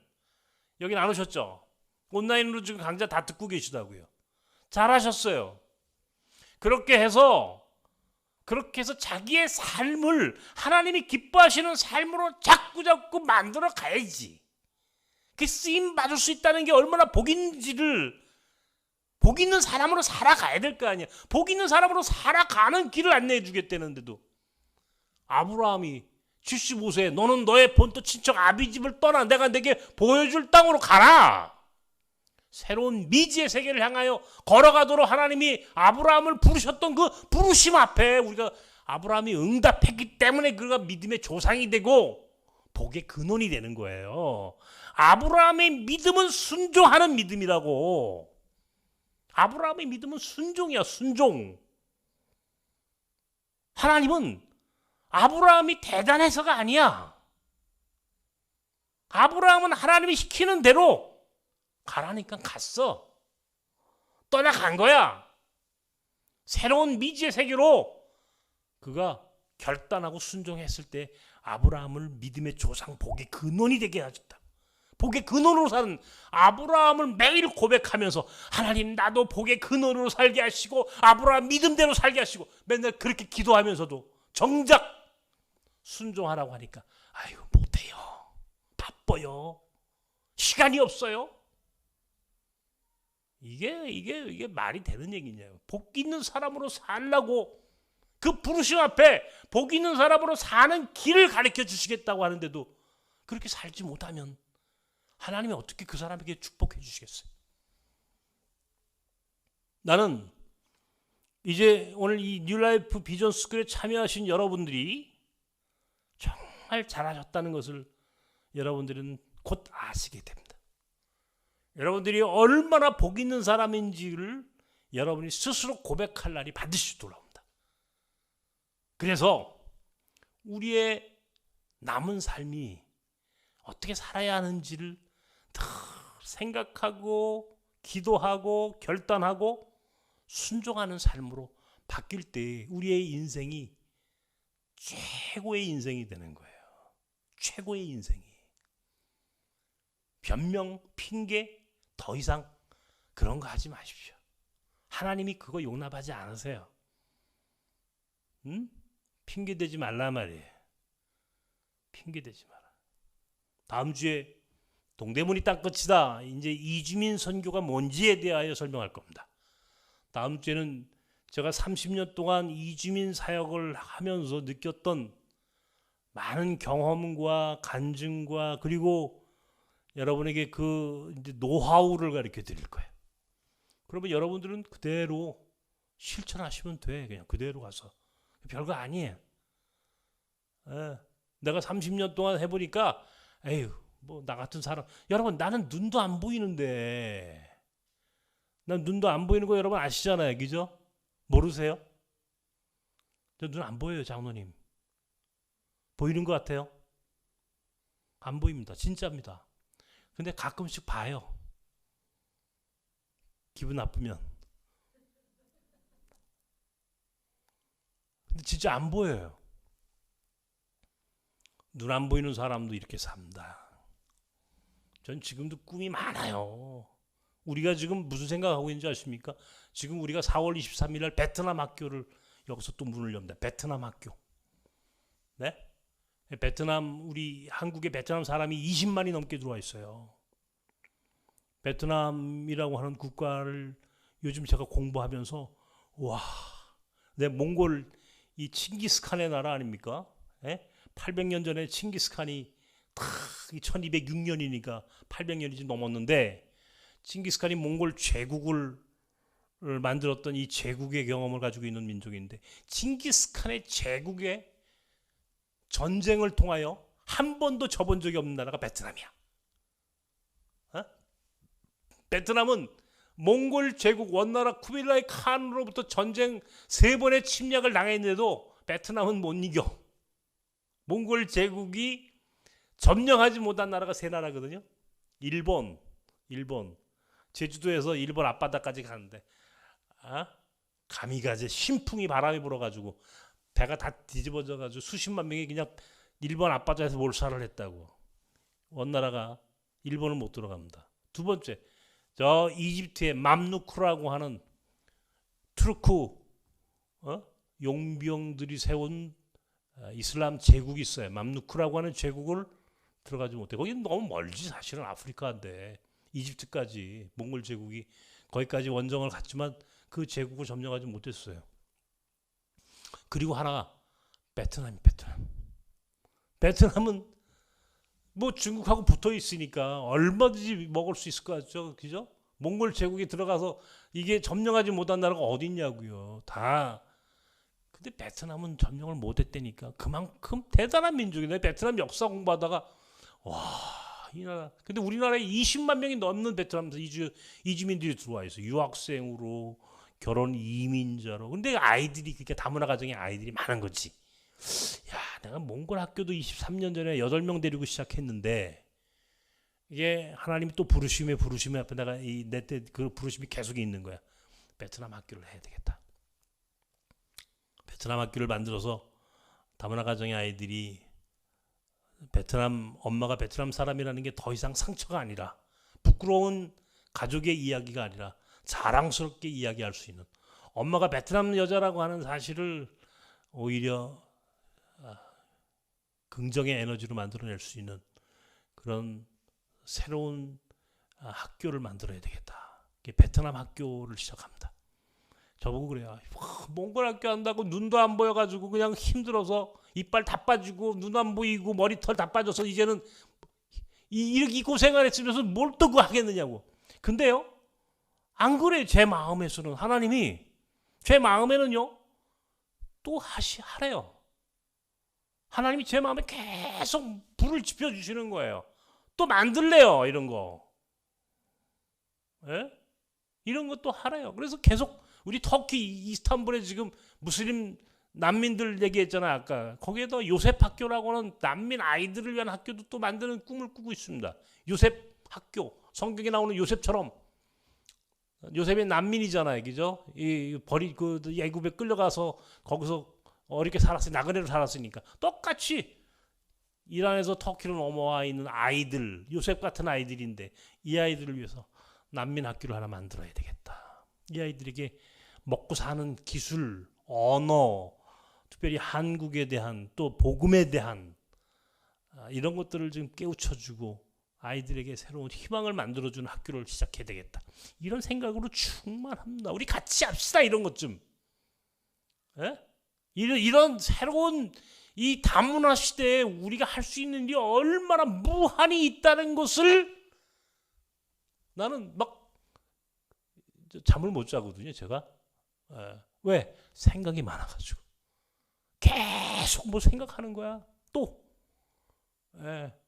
그래서 우리가 지금 뭐 평화 사역이라는 것도 이제는 평화 사역이라는 거 아닌 게 대세가 될 겁니다. 이것도 굉장히 중요한 의제죠. 평화, 통일, 북한 이 키워드를 우리가 선교적으로 이건 제가 마지막 날 또 이제 설명할 겁니다. 이런 다양한 사역들이 우리에게 지금 계속 부르시는 거예요. 하나님이 함께 동역하고 그 일을 만들어가고 하나님 나라를 세워갈 사람들을 동역자들을 하나님 부르시는데 그 부르심 앞에 쓴다는 게 얼마나 복이 있는 사람이냐고요. 그런 사람으로 살 수 있기를 바랍니다. 난 여러분들을 오늘 뉴라이프 비전스쿨에 하나님이 여러분 불러주신 것을 축복합니다. 하나님이 틀림없이 여러분의 삶에 큰 은총과 축복으로 보답해 주실 것을 믿습니다. 그런 삶으로 마지막 하나님 앞에 가는 날까지 충성하고 헌신하는 저와 여러분이 되길 주님의 이름으로 축원합니다. 기도합시다. 하나님 아버지 고맙습니다. 오늘 제21기 비전스쿨을 또 시작했습니다. 20여 명의 사랑하는 귀한 동역자들을 하나님 붙여주셨고 만나게 하신 하나님 감사합니다. 함께 더불어 하나님 나라의 꿈을 꾸며 한 발 한 발 그 길을 향해 걸어가는 소중한 믿음의 동역자들, 선교의 동역자들로 우리를 붙잡아 주시고 인도하여 주시옵소서. 이제는 우리 예수 그리스도의 크신 은혜와 하나님의 사랑과 성령님의 교통 역사 충만하신 은총이 이 비전스쿨에 참여한 모든 주의 백성들 가운데 저들의 섬기는 교회와 가정과 생업 가운데 이제 영원까지 함께 하시길 간절히 축원하옵나이다. 아멘. 감사합니다.